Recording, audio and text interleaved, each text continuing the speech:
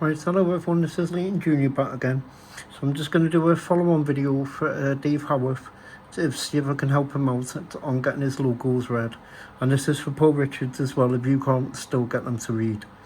So I'm just going to go through is adding a brand new logo to the ecosystem. So it'll not take a minute and it's pretty straightforward.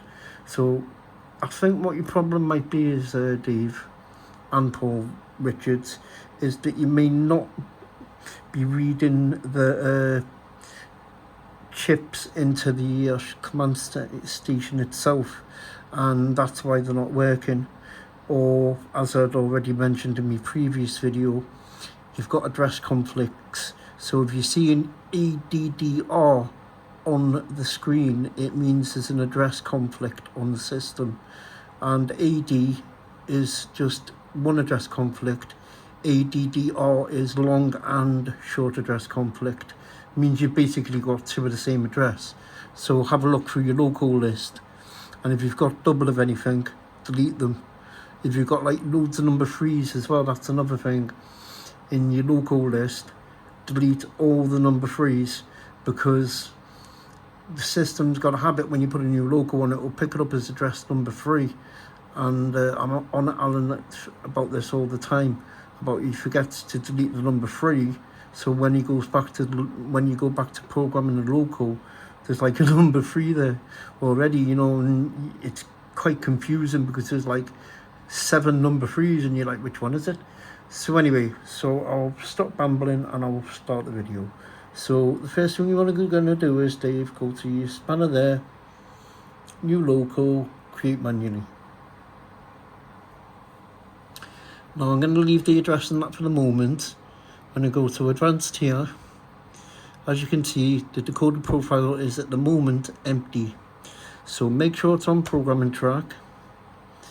And then basically all you do is go to start and let it read the decoder. And then what that does is that reads the decoder onto the ESU command station, and then it stores it on there. Now, the lock sound decoders take ages to read. It takes something like 25 minutes or something. So I am going to warn you, they do take a long time. This decoder is about 3 or 4 minutes, which is why I've used it, because it reads it quite quickly. So I'll let it do its thing, and it should finish reading in a moment. So just wait a second while it's doing its thing.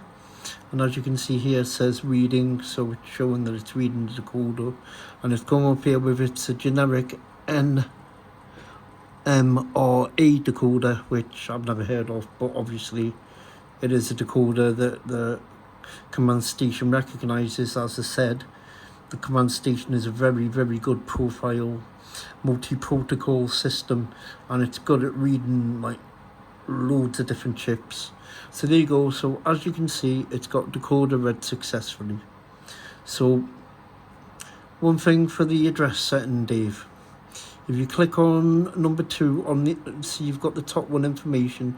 If you click on number 2, you'll see it's got a CV address number 3, and it's got X decoder address 128, which tells you that the previous address on the chip was number 128. So if you tick that, there you go, it's come up with new 156. So obviously that's an address that it's been allocated by the system. So to fix that, all you do is go into edit local. Then this address here, I'm going to keep it at 156, but I'm just showing you as a demonstration. So I'm going to go to there.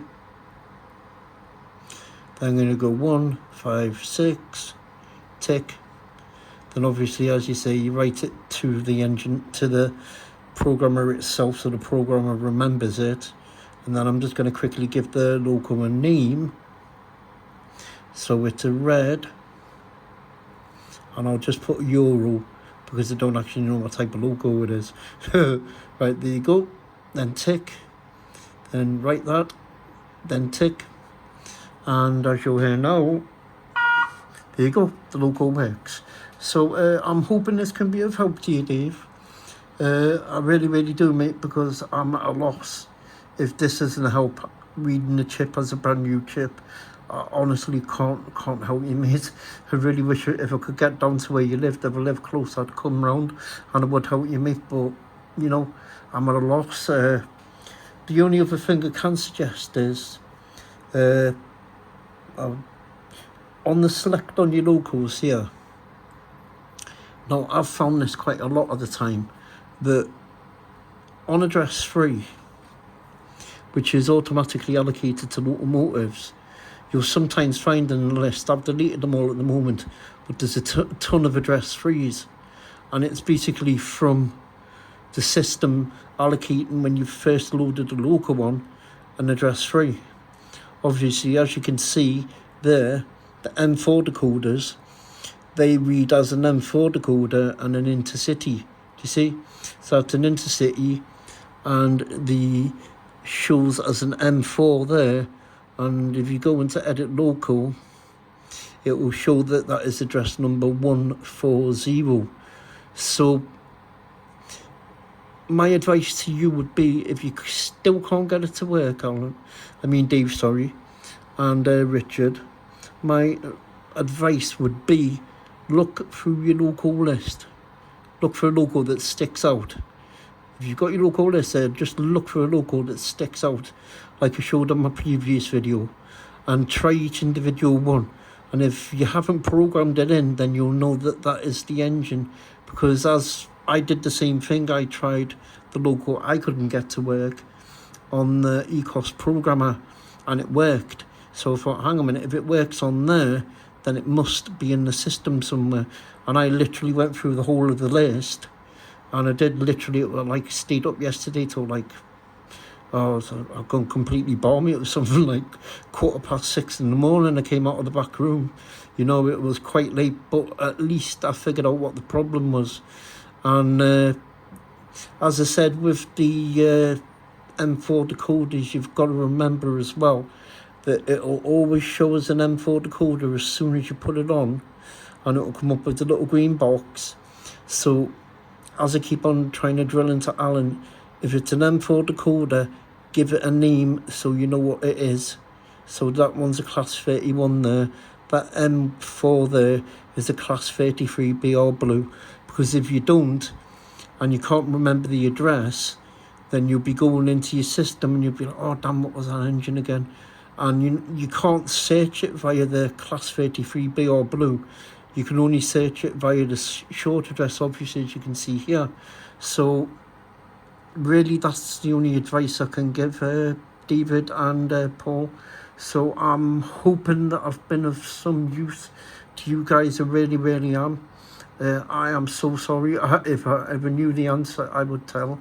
You know, other than that, the only thing I can say is just pop the lid off your logo and see if the chip's sitting properly, and just take it off and put it back on again.